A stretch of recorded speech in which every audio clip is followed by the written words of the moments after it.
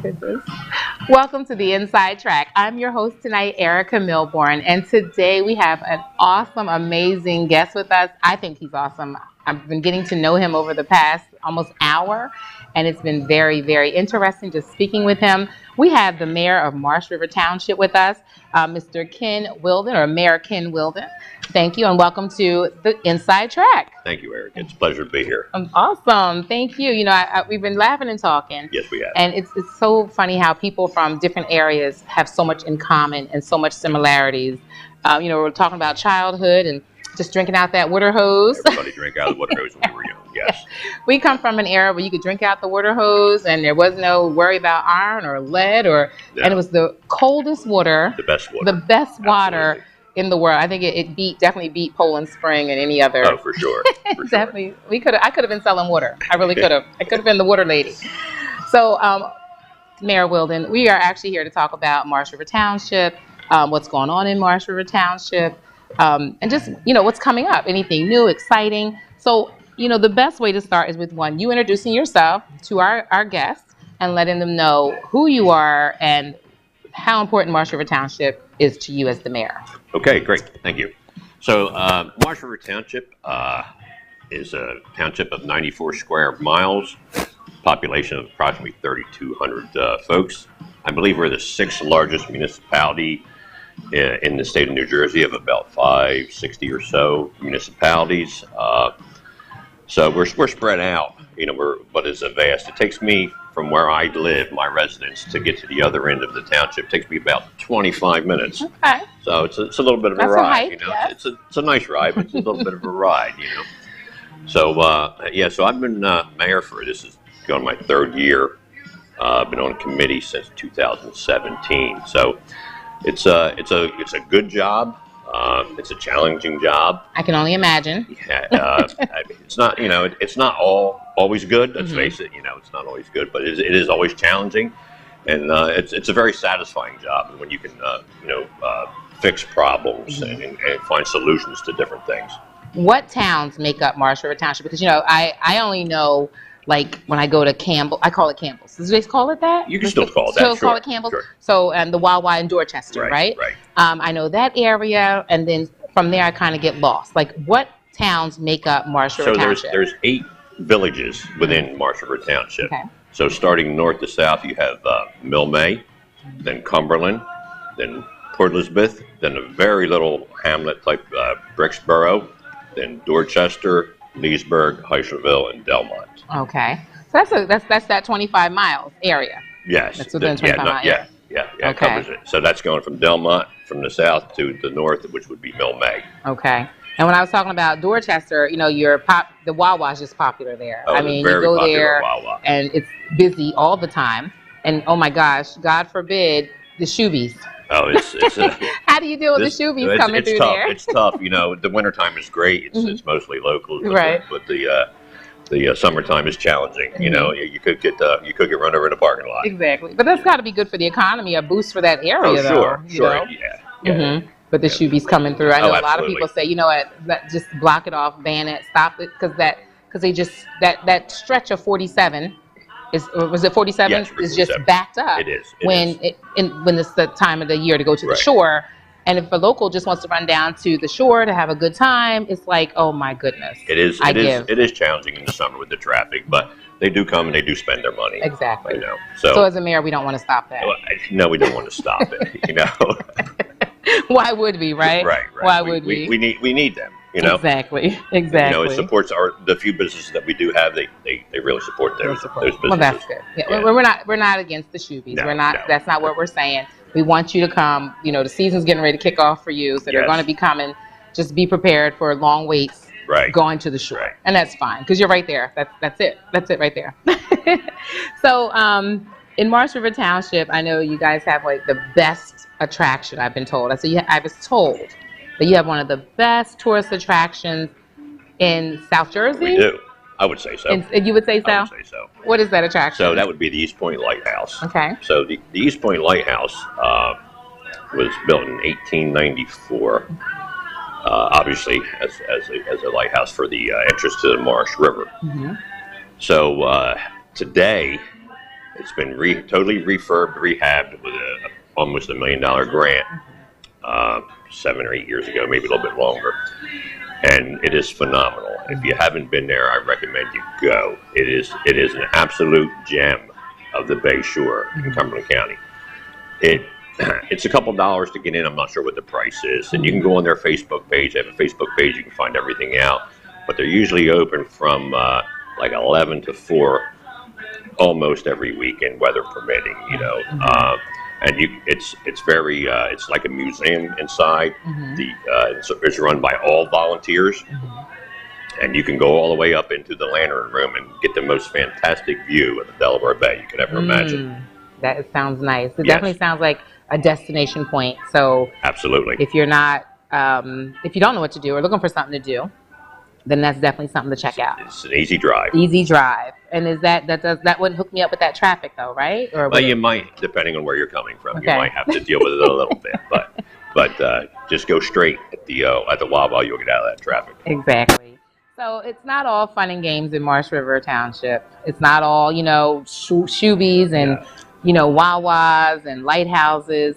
As the mayor, and this is just a question that I have, what has been some of the challenges for you as a mayor? Like, because you know, we go into these things thinking, you know, I'm going to make a difference. I'm going to do this. I'm going to do that. And I think everybody goes into politics thinking that, and you come to the realization that some things are harder than you anticipated. Right.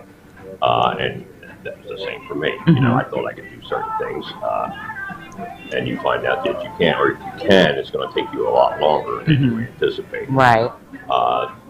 One of the things that getting the river dredged, the mouth of the Marsh River, we have a major shipbuilding and repair industry along our side of the Marsh River, Marsh River side of the Marsh River.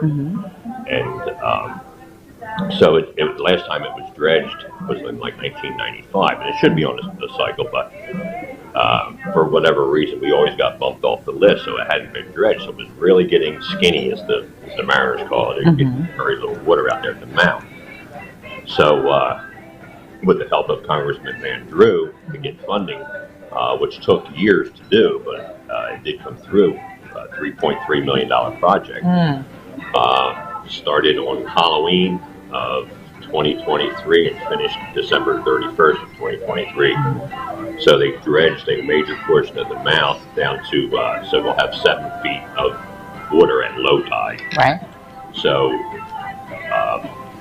that beneficial use of that dredge material was also, there were 60,000 cubic yards of dredge material that the Army Corps of Engineers used for beneficial use to bolster the dike, the Hushville dike as it's known, because that was beginning to erode away from the wave action and stuff. So they put 60,000 cubic yards in front of that dike, and that's really the starting project for future bolstering along that dike. Okay. So as funding provides, you know, it becomes available to continue that. Because it's a major bird watching area, so we get a lot of tourists and bird watchers in that area, and a lot of fishermen and crabbers too. A lot of crabbers come down to that Mass Landing area where that dike is. Okay. So that, I mean, it was a challenge getting that done. That was numerous phone calls and letters and meetings, and but you know, if you stick to it, you know, you can get the job done. Exactly. Well, 2 things you said. One, you said if you stick to it, but if you get the grants.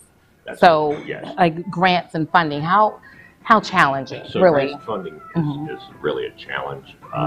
We've been very aggressively pursuing grants, probably since I was in office, maybe even before. Credit to the folks before me.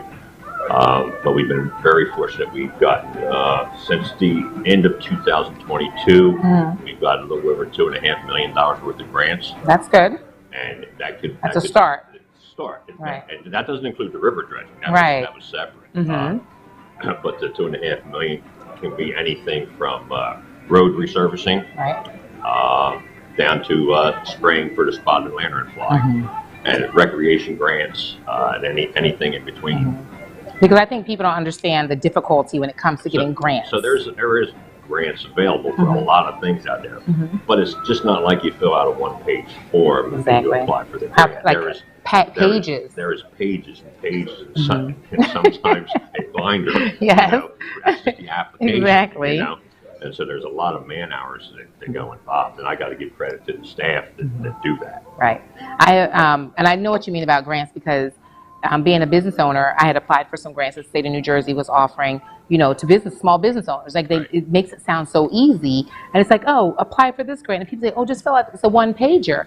Well, the the initial application might be a one-pager, but then the information they want you to gather, I was all over the place. I was getting this form, that form. I was calling, you know, my payroll company. I was calling this company. And by the time you get it all together, you're like, how much money am I getting? You almost want to say like, how much have you expended to get that? I bought this grant. I did a 9 to 5 almost, it feels like, to get this grant. Right. So, and I think that's one of the things that people don't realize in the community, that it's not as simple as just filling out a one-pager or writing on a line or saying, we need this money because this group wants it or this program could use it. And a lot of these grants are years in the making. You know, you may start the application, but it may not come to fruition and award for 18 months, 2 years, even sometimes longer. Right. Well, I had a grant that I applied for, and when I first put it in, I felt confident. Then they came and said, oh, you don't have this, you've been bumped, you have to reapply. Right. And then, so I was starting from ground one, but keep in mind from the time I applied to the time they told me that I needed something that I didn't have, it had been like 3 months or 4 months. Right. And then I had to go back to the beginning of the line and start all over again, reapply, wait to get called again, which took like maybe another 4 to 6 months. So by the time it all came around, it was like a year and a half. Yeah. A year and a half. So there's always that back and forth with whoever you're asking for the grant money from, you know, clarification and you did this wrong, and this wasn't quite what we were asking for. Exactly. You know? Go back and come again. I found, you know, what really helps, and it's this way in life too, it's relationships you can build. Exactly. You know? So if you can build a relationship with those two folks writing the grant, they're like, oh, well, that's, and he probably meant this, but let me send him an email and clarification. Exactly. Now, the other thing you were saying when you were speaking was we were talking about the shipping industry, like, you know, with the dredging and getting everything, you know, how is shipbuilding? The shipbuilding industry, is it still in existence in Marshall River Township? Yes. How is that flourishing and growing? The shipbuilding industry is actually thriving in Marshall River Township. So we have Dorchester Shipyard, Yank Marine, Allen Steel, and a proposed new one. And Del Bay Ship is a newer one. It's just starting up, but there's another one that wants to start up to support the wind industry if that ever comes to fruition. You know, so there's big plans there. And what makes the Marsh River attractive is there's no overhead barriers, so there's no bridges or anything that they have to worry about height for any of the larger vessels coming in. But so Dorchester Shipyard was a big player in World War II. They built a lot of ships for World War II.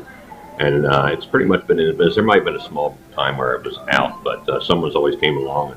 But they're all thriving now. They pretty much all have new ownership, younger ownership, I would say. Okay. And they all seem to be doing. Are they hiring? Because, you know, people need jobs. How does that help the job industry? Always hiring. I know Dorchester Shipyard is almost always has a sign out or something that they're hiring. So if anyone's interested, Dorchester Shipyard, Yank Marine, any of them. We're not promising, but we're saying check it out. It's It's a possibility, right? It's a possibility for sure.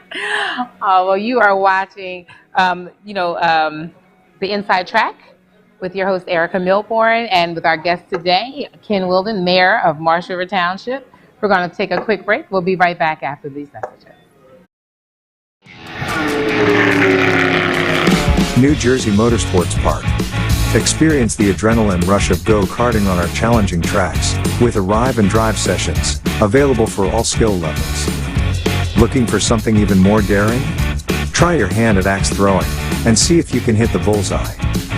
After a day of excitement, relax at the Finish Line Pub Restaurant, and enjoy delicious food and drinks. Group experiences are also available, so bring your friends and family. For an unforgettable adventure, visit njmp.com to learn more and book your experience today. At Mintz Insurance, we're proud to have been serving our customers for nearly 80 years, offering 30 different insurance products for your auto, home, and business. And to help ensure that you're getting the best rates possible, we give you up to 3 quotes for every policy, so you can choose what's right for you. At Mintz, we're part of the community, local representatives, supporting events, and proud of it. It's part of who we are. Mintz Insurance. Call today and find out how we can help you save on insurance, or visit us at mintzinsurance.com. More than a century ago, General Tire was born, right here in America. Since then, we've made a name for ourselves by making tires you can depend on. Tires built to handle any road this country can throw at them, and relied on by every kind of driver. So you know that no matter where life takes you, with General Tire, anywhere is possible.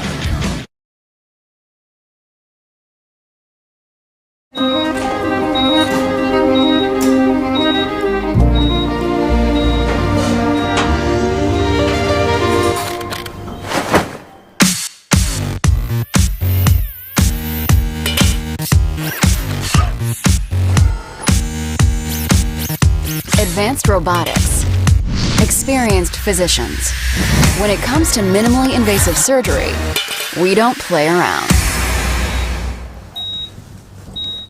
Life on Earth offers some challenges. Things are constantly changing.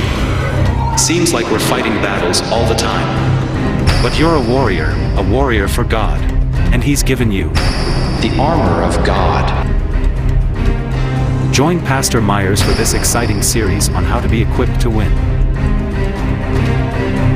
It begins May 5th at 11 a.m. New Life Church, Millville, New Jersey.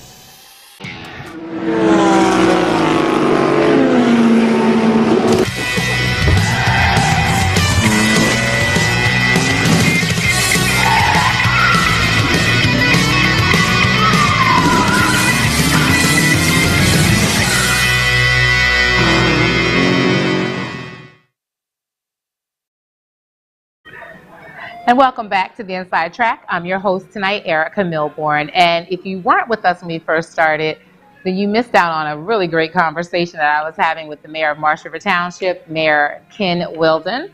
Once again, thank you for joining us this evening. It's been a pleasure so far. We started off with drinking out of water hoses, and we were talking about even riding on the back of trucks. Yes. Please don't do that now. But I like doing the flashbacks. How about that? We do a little flashback. Right. So one of our flashbacks was when we were children. You could ride on the back of a pickup truck and have a really good time. And it wasn't safe, but it was safe. Is that a backhand? I get it, right. So it really wasn't a safe thing to do. And oh my gosh, please don't do that now. Do not put children on the back of a truck. But growing up in Marsh River Township, I grew up in Cumberland County. We could ride on the back of a truck. And, we just laughed, and kids really had a good time doing that. But, we evolved. Is that what we would want to say? I guess you could say that. And we did childish things, but I don't think we did stupid things. Exactly. There's a difference. But it might have been stupid things. If you look back on it now, you might be like, that was really childish and stupid. Maybe it was childish for us, but stupid for our parents because they probably should have put us on the back of the truck. And that leads me into thinking, when we think about safety in Marsh River Township, you are policed by the New Jersey State Police out of Port Norris Barracks. Yes. And how does that work for you? Because a lot of municipalities have their own policing, and then the state troopers come as a backup. You actually have the backup. We only have you only have the backup. We're so sparse, and it's the same for most of for all the Bayshore communities. Mm-hmm. None of them have their own police force, other than Milbourne, Whildin, and Bridge. So they're covered by state police, and they do an excellent job. I'm not saying it's not challenging sometimes for them. They have multiple incidents going on, but their staffing is short, like everyone. Right. But they really do an excellent job for Marsh River Township. We usually have the sergeant come over, or the station commander, one or the other, at almost all of our township committee meetings, and just speaks to the public, which is great interaction. That's really good. And if the public has any questions, they're more than helpful with them. answering any questions that they could have. So the state police really do a good job. Well, that's good. I know prior I was telling you that my brother's a retired state trooper. Right. He patrolled the Port Norris area for many, many years and then moved on to, detective and so forth, and just climbed up the ranks prior to retiring. And then you have your prisons. Right. And I got to touch on that because my family's also correctional officers. They're retired correctional officers from, Southern and Southwoods and Bayside. However, I still have friends that work in those areas. And the reason why I bring it up is because a lot of communities have frowned upon not just the prisons, but halfway houses in those areas. Yes. And I know that because you had such a big population of a prison down there with the Bayside and Southern Phase 1 and Phase 2, or Southwoods Southern Phase 1 and Phase 2. How did that impact your community area? Because every now and then, growing up, I would hear someone got out. Oh my God, It's interesting growing up only a few miles from there. When someone got out, they would blow 9 whistles, and all the locals would know that that's what that meant. Right. Someone got out. Escaped. So you would just take, we'll say, necessary precautions. Exactly. Okay? And you went on about your business. So there was a few escapes, and all those, probably all those, but one incident I recall, were from the minimum camp. Someone just walked off, right? Just walked off. Doesn't make it any less of a problem, but that was most of it. So it was interesting as a kid growing up in this area, because every once in a while you hear about, I so-and-so seen him up the street. So as mayor, have you had any of that during your time as mayor, during your tenure, your time, have you had any incidents where someone has walked off or anything that you've had to personally have to get involved with? So not since I've been mayor, but I worked at the prison and I retired out there as a lieutenant out of Southern. I worked at Bayside prior to that as an officer and sergeant. So I was involved on that side of the escapes. But I mean, they're a well-trained team, a group of men and women. They have escape drills and that sort of thing. They have certain areas there, that they go to, escape posts and that sort of thing. And then that's been massaged and manicured over the years to almost to perfection. Okay. So that really helps and deters. Or if there is an escape, it's not very long. Do you feel as though the prisons have an economic impact on your community of Marsh River Township? They do have a positive economic impact. They're Marsh River's biggest employer, even with the closing of Southern State Phase 1 and 2. Bayside is still the biggest employer in Marsh River, and they make a decent wage, whether you're wearing a uniform or you're in maintenance or you're in the cooking or the education department or whatever. So those folks then in turn spend money in our township. Right. So yes, it's been. Is it all positive? No, there are some negatives too, obviously, but. I don't know anything that's all positive. Right. Yeah, because I've seen where prisons have wanted to come, and New Jersey being like, oh my gosh, I think we're like the mega capital of the world, it seems like, when it comes to prisons. We have them like just everywhere, just popping up. And, communities actually fight to say, no, we don't want this in our community. Right. And there in Marsh River Township, you have Bayside, you had Southern Phase 1 and 2. So I was wondering, how that impacted the people. So I think it was easy for them to place prisons in Marsh River for a couple of reasons. One, the initial prison farm, which was actually a satellite of Trenton State Prison back in 24. Okay. So, the community kind of grew up generation after generation with the prison already here. So when they wanted to add another one and with a promise of more jobs, yes, bring it. Yes.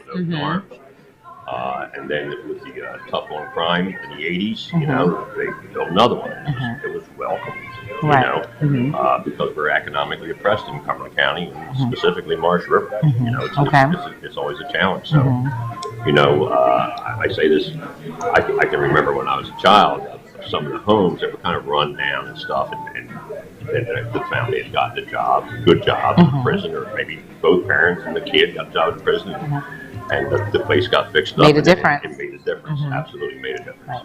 Yeah, because like I'm saying, I know I've heard of areas that have actually been deadly against it because then they bought in the halfway houses. So Marshall Township doesn't have any of that.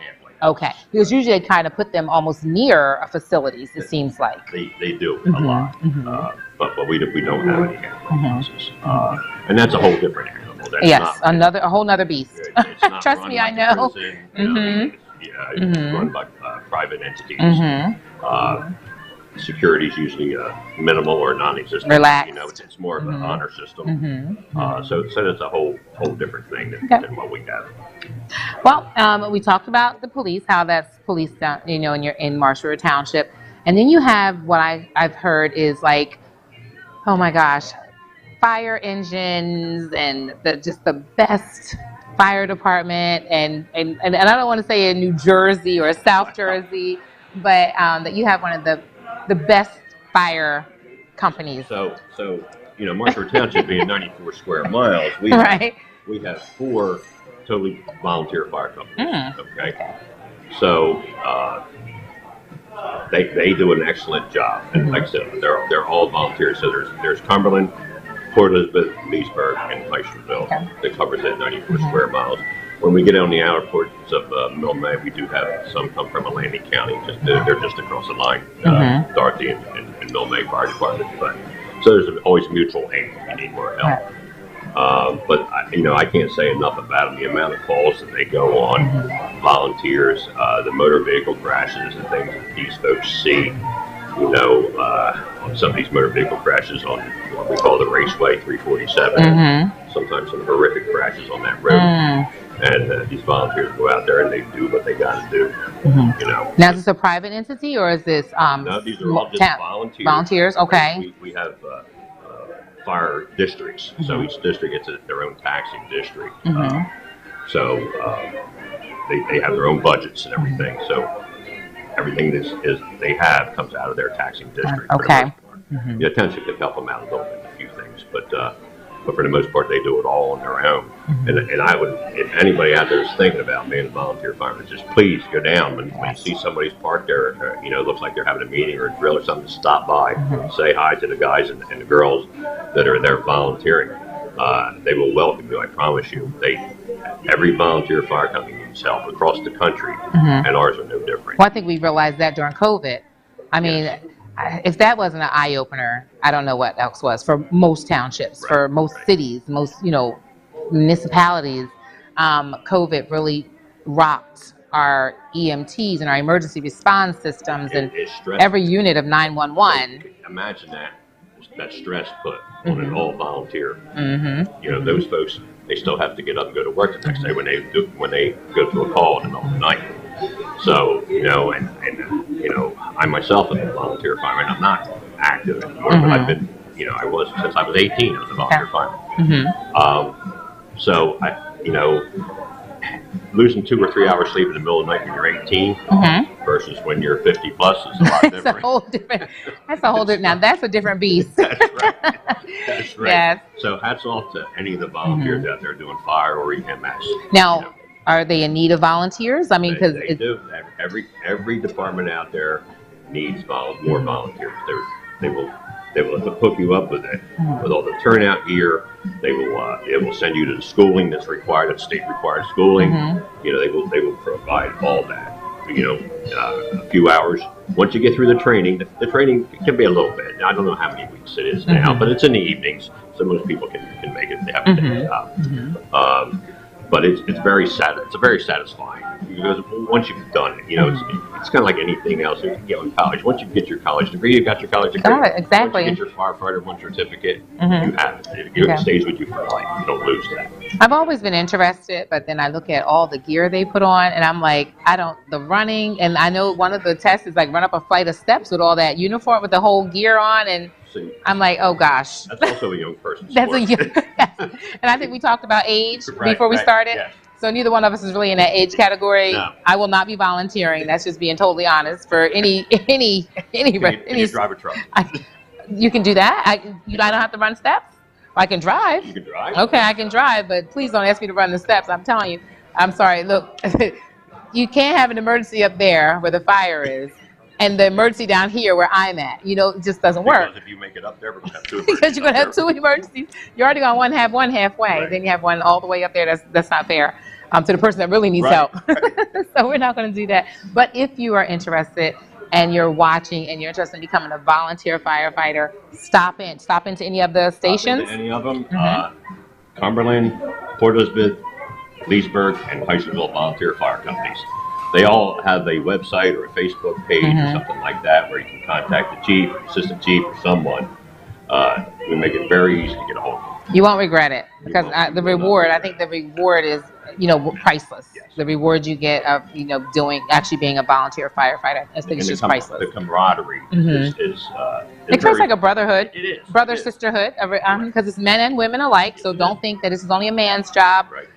Men and women do this, volunteer. So if you're watching and you can definitely run those steps, or drive, Right. as you say, hey, stop in and check it out. There's always something you can do. Well, I could be the cook. Don't they have somebody that stay cooks there for them when they stay over? Well, none of them have a cook, but No? Oh, we well, might be able to look into that. never mind.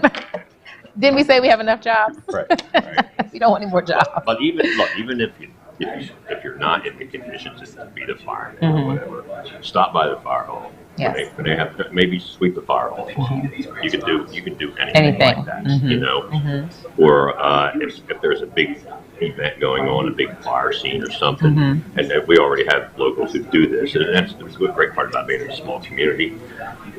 We had probably 2 years ago, we had probably a 80 or 90 foot vessel catch on fire. So this was a 16-hour plus operation, and just residents would bring down a party train. A party train. You know what I mean? Yeah. And they bring down waters. Right. Just think about that. When you hear the sirens go off and you see on Facebook there's a big event, don't come down and get in the way, but just come down close enough to say, here you go. And it's appreciated. It's very appreciated. Yes, exactly. So we talked about your fire squad. How about your rescue squad? Now, are they owned or leased or third party? We contract that out. Contract that, okay. Contract that out with Inspira, and they do a good job for us. Okay. So your rescue squad is contracted out. And same thing, I'm sure. They can always use people to come out and help with that as well. I know they always have a sign out there looking for EMTs all the time. Okay. Well, I mean, we've touched on your emergency response system in your area, and I call it your 911 system because we have your fire department, your rescue squad, you have your state police. We have jobs in your area that help grow the economy in that area and help families, give them a boost. So, it sounds like your township is on the right track. I love Motorsports Township. I really do. It's really a diamond. I want to call it a diamond in the rough. We can do a lot of things. We are restricted a lot by the environmental regulations and the DEP, and that's something. It's always a challenge, and we're trying to navigate through them to get a little bit here and there. Right. And I think we are making some headway. It's very slow though. It'll never be a thriving metropolis, and nor do we want it to be. No, it is what it is. We like it the way it is. We just need a little bit of improvement. Some tweaking to and extend the tax base, give some relief to the residents, for the taxes and that sort of thing. I mean, well, you heard it right here on the inside track. Marshall Township is a diamond in the rough. That's what you call it, right? Yeah, right. Well, we're going to go to a commercial break. We'll be right back after these messages. New Jersey Motorsports Park. Experience the adrenaline rush of go-karting on our challenging tracks, with arrive and drive sessions, available for all skill levels. Looking for something even more daring? Try your hand at axe throwing, and see if you can hit the bullseye. After a day of excitement, relax at the Finish Line Pub Restaurant, and enjoy delicious food and drinks. Group experiences are also available, so bring your friends and family. For an unforgettable adventure, visit njmp.com to learn more and book your experience today. At Mintz Insurance, we're proud to have been serving our customers for nearly 80 years, offering 30 different insurance products for your auto, home, and business. And to help ensure that you're getting the best rates possible, we give you up to 3 quotes for every policy, so you can choose what's right for you. At Mintz, we're part of the community. Local representatives, supporting events, and proud of it. It's part of who we are. Mintz Insurance. Call today and find out how we can help you save on insurance, or visit us at mintzinsurance.com. More than a century ago, General Tire was born, right here in America. Since then, we've made a name for ourselves by making tires you can depend on. Tires built to handle any road this country can throw at them, and relied on by every kind of driver. So you know that no matter where life takes you, with General Tire, anywhere is possible.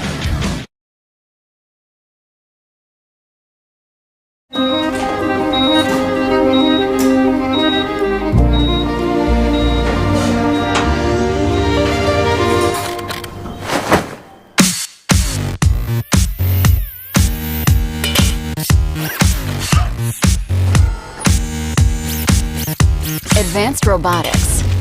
Experienced physicians. When it comes to minimally invasive surgery, we don't play around. Life on Earth offers some challenges. Things are constantly changing. Seems like we're fighting battles all the time. But you're a warrior for God, and He's given you The armor of God. Join Pastor Myers for this exciting series on how to be equipped to win. It begins May 5th at 11 a.m. New Life Church, Millville, New Jersey.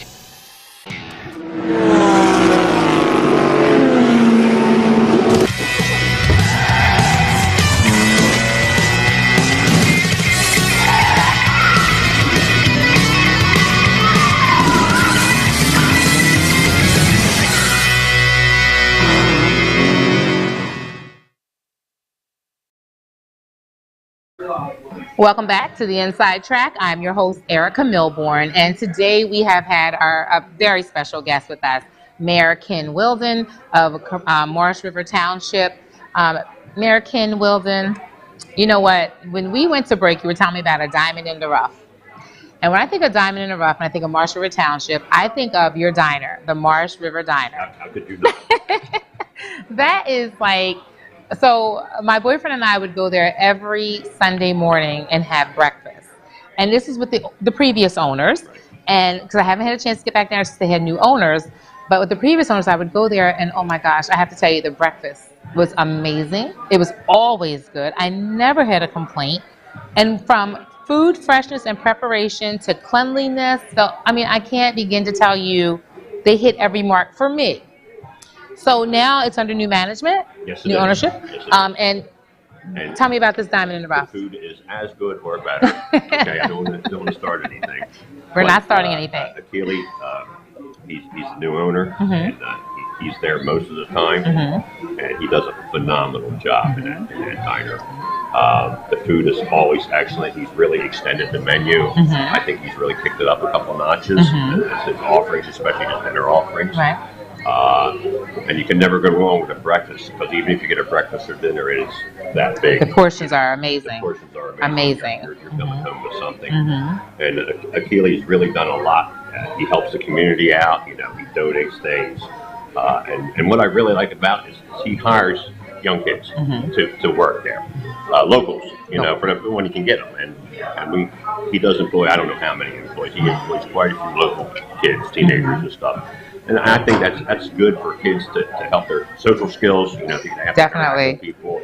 You know, they learn the value of a dollar. Mm-hmm. So the diner is really a landmark in our area. Definitely a diamond. Yes. I like when you say he employs youth and it helps them with social skills. Yes. Because unfortunately, as important as technology is, it also, to me, has become a stumbling block for our youth. I believe Because that, yes. communication-wise, a lot of our youth do not communicate very well. Agreed. Because so much is in text. Yes. You know, if they're not texting, they're playing video games. The face-to-face has been taken away. I agree. I see young folks struggling sometimes to communicate face to face because we've gotten away from it, like you said. Exactly. And I think that's a bad direction. I don't know how to get it back from looking at the phone, but I think we need to. Right. I don't know how you would get it back, only because it has made life so easy for people to be who they want to be, if they feel they're not that person. If you understand what I'm saying, it's like say you want to be macho, but you're timid in person. Well, when you're texting or over the phone, You can be that persona. You can be that other, that you can portray something that you might not be. In make believe. Yes. So reality does become difficult. I'm not confident that's healthy for us. No, it really isn't. No, it isn't. Because you have to know how to communicate. Yes, exactly. And I see a lot of jobs are going to AI, or they're going to computers, and they're going to robotic, now just to go into some fast food restaurants, you don't even interact with a cashier. You type in your order, and the only time you come in contact with someone is when you're picking up your food. They're not counting money, so we're losing that counting of cash handling skills, communication skills, and even just the normal to say, hi, how are you? That friendly communication skill is like going away. It was a couple years ago, my wife and I were up in the Marlton area, I believe it was, and we stopped into a smash burger. Right? And the meal was delivered to us by a robot. That was the first I experienced that. That was a head scratcher there. I'm like, well, it took somebody's job. You know what I mean? Yes.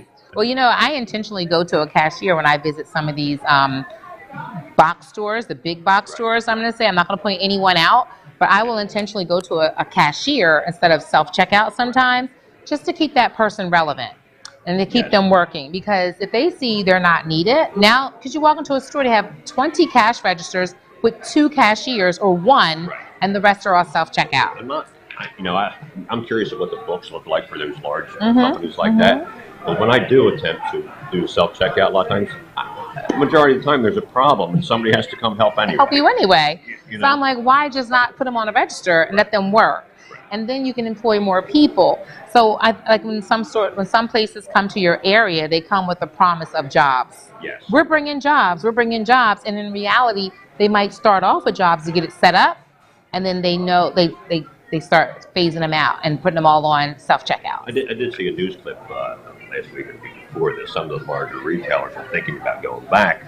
And unfortunately, it's because of the shoplifting that takes place in those self-checkouts. And that says more about our society. Well, I go to a big box store and I shop. It's a membership store. And nothing frustrates me more than when I check out and then I get to the door and you're scanning my receipt and scanning my items in my cart. Why don't you just check me out at the door? Why don't you just check me out? That's a very good point. Because you just did the same. You just checked me out, Do they basically. have a suggestion box you can drop it in? But you don't understand what I'm saying? No, I just scanned it. You don't trust me, so why are you letting me do it? Right. You just do it. Hire the people and let them do it.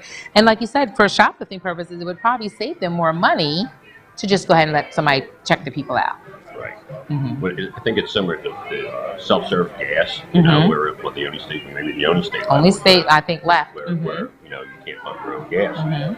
But I think most people would be willing to pay a couple cents more to have somebody pump their gas. I think so, especially, and no offense to anyone of any age, but I think our elders, our seniors would appreciate that. In snow, in rain, even though you might have the covers, to be able to get out, to just put down your window and let someone pump your gas. I personally don't have a problem pumping my own gas, but if you don't, my grandmother would have, she would have. Sure. She'd have been like, "What do I do?" And then some of the, then you figure you got to use your card to pump it. So now you got to figure out just the card portion and then putting it in, and it's let me tell you, it took me forever to figure out how to put that little piece down so I don't have to hold the nozzle. I could just. Right.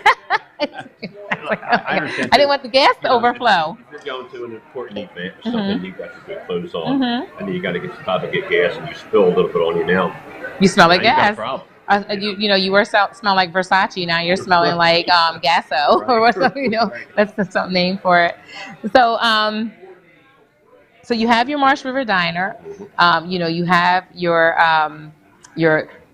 your shipping, and you have so much going on in Marsh River. Let me throw one more shout out to another eatery that we have. Okay. So George's Pizza. George's Pizza is another staple. Is in downtown Leesburg. Okay. It's a pizza joint, but he has all the regular takeout stuff that a pizza joint would have. And he had the unfortunate luck of a car ran through his building. Oh my goodness. About 10 months ago now. And he had the darndest time working with the insurance companies and stuff, and then finally when that was all settled, getting it fixed and renovated and back open. but he just opened up probably 2 weeks ago or so. It's amazing. I think that the first day he was open, he actually ran out of food. Really? Well, awesome. I mean, people love him, and he's another guy. Pete, shout out to Pete. He does excellent things for the community. He's donating. He does the same thing. If he knows there's a fire or something going on, he'll bring food down. No questions asked, no problem. He's just always supporting the community. Well, that's important in small communities, or well, you're not really that small. Your township isn't, but your communities are. Yes. And that's very important. So you have Pete. Who's Pete? Pete is the owner of George's. Of George's, okay. And Akili owns it. And we have another one that's just recently opened up, Hestown Pizza in Cumberland. Okay. And I'm a little bit like Senator Test here. I'm a pizza fanatic. So I like pizza too. So they all have their very good pizzas, you know. But Hestown Pizza does a good job out there on Route 49. Well, that's good.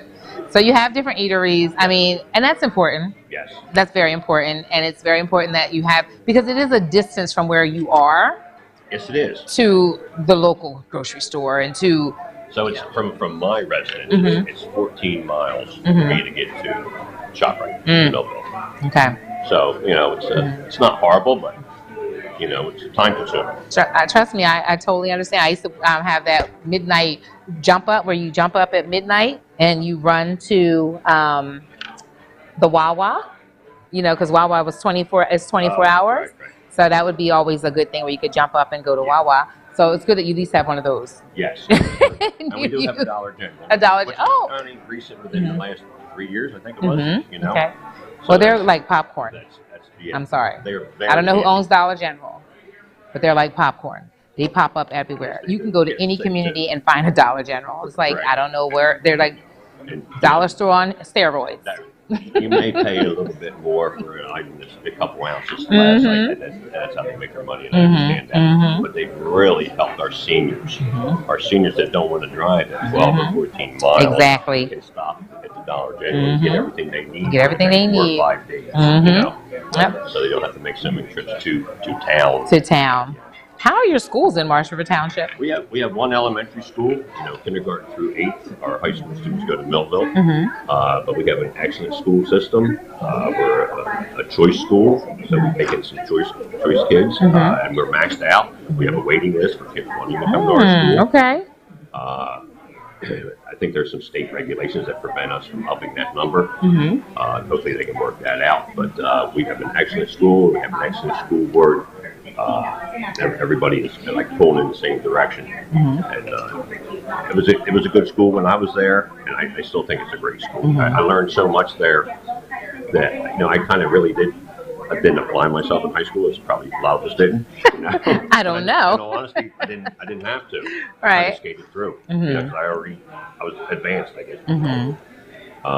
But Jim Quinn sat on the school boards when I was a kid in Marsh River Township, and my father served together on the school board. Nice. That was when I was a wee lad. Wee lad. Yes. I remember having classmates that came in from Heisterville and Leesburg and from the different areas, Marsh River Township, into Millville School. Yes. So I actually had some really good friends that lived right out. I actually had some friends that lived right across from the prison. They had like a farm, I guess, or like a field, and I was like, oh my goodness, how was that? Like, so growing up, I did know people that lived right there that would come in and I could talk to them. So living so far out, and we were talking about how when I was a child, we had satellite because we couldn't get cable. So we had a satellite when I was growing up in our yard, when the big, and it would move and it would, you'd have to turn it and put in the calculations and it would turn. So Comcast is extending their broadband and video services. How is that working out? What's the deal with that? So we've had some cable TV in Marsh River Township since sometime in the 80s when Jim had Clover Cable and he extended into Marsh River Township.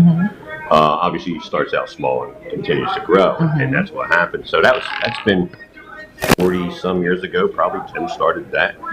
I didn't get cable TV to my residence until probably about 18 years ago. So it's taken that long to expand it out. Right. So prior to that, I had satellite.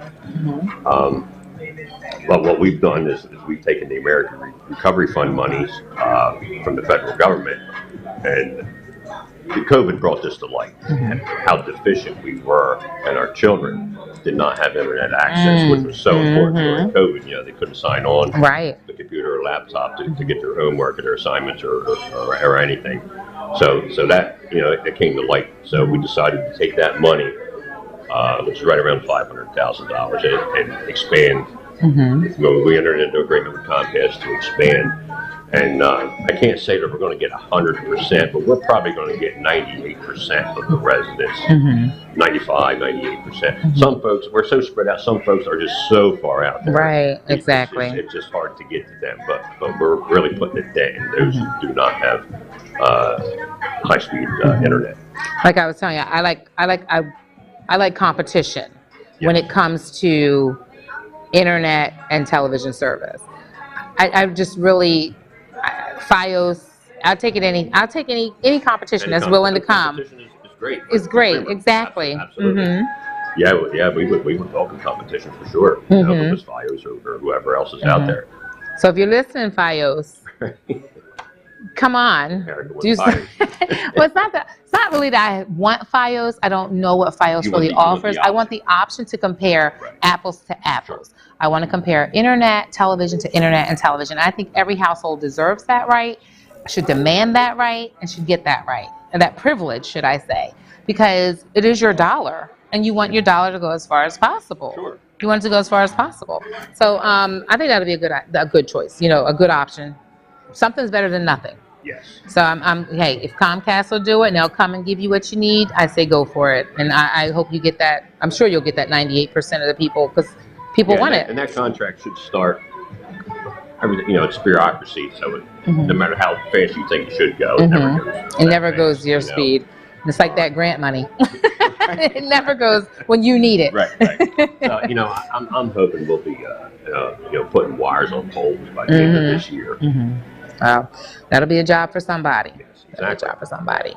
So our time is getting close. We're getting close to the finish line. Okay. How you like that? There you go. I'm getting close to the finish line. Good. Pretty good. And I want to talk about economic development in Marsh River Township. Okay. You know, I don't. You can clarify for me how much time you have left on your term, and you know, what do you like to see happen during the remainder of your term, and do you plan on running it again? So I haven't made the decision whether I'm running again or not.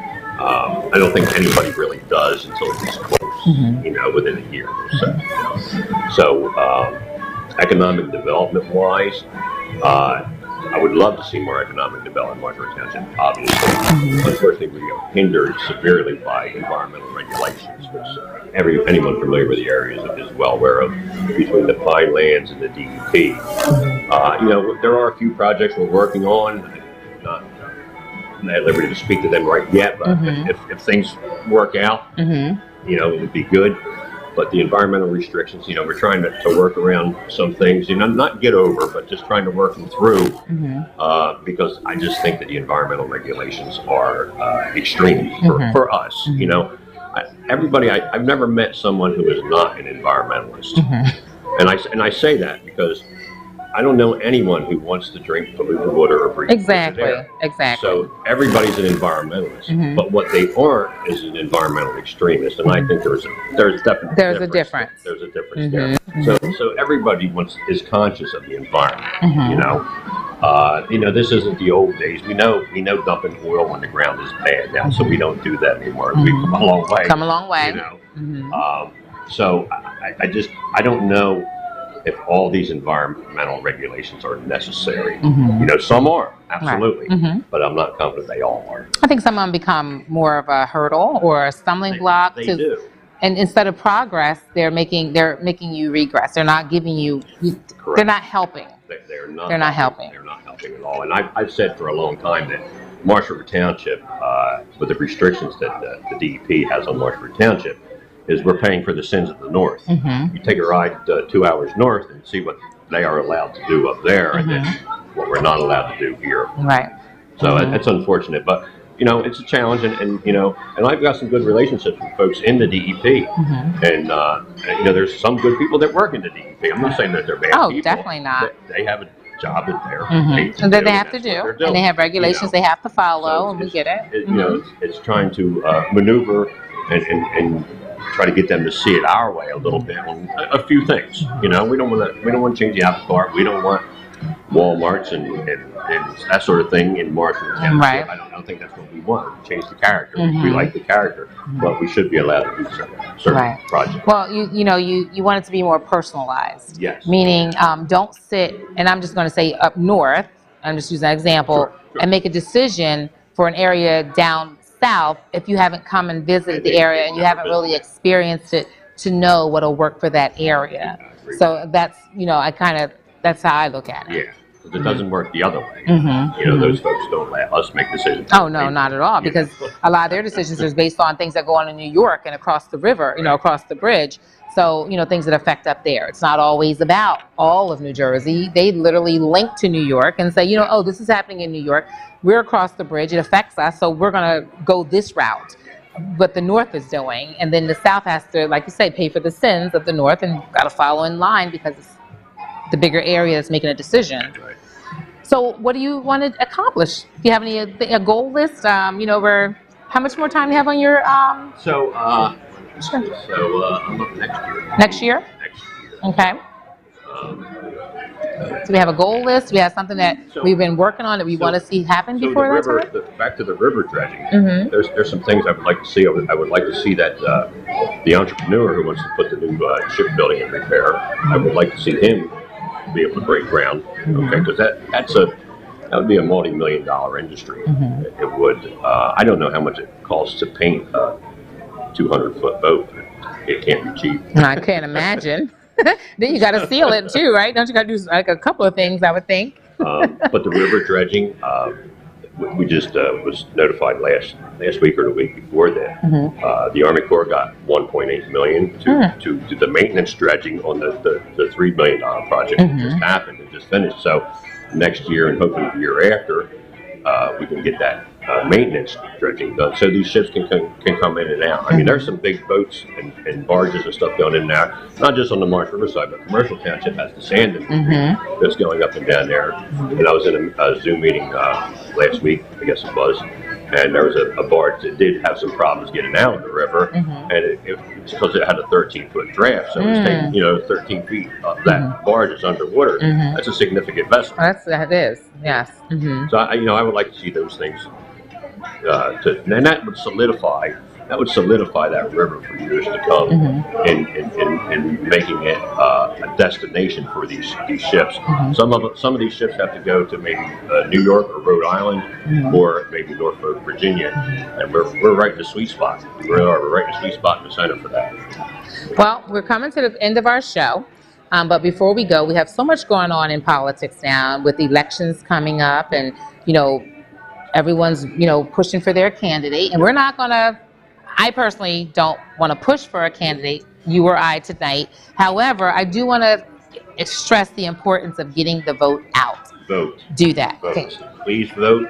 I don't care what party, whatever, vote. Your vote does count. And if you looked at the last couple of elections and some of the things that were won or lost by just a few votes, everybody, please get out and vote. You heard it from the mayor of the Diamond in the Rough. Get out and vote. Your vote does make a difference. You make a difference. So even if you don't vote, get involved, because, sometimes they don't vote, but you can still get involved.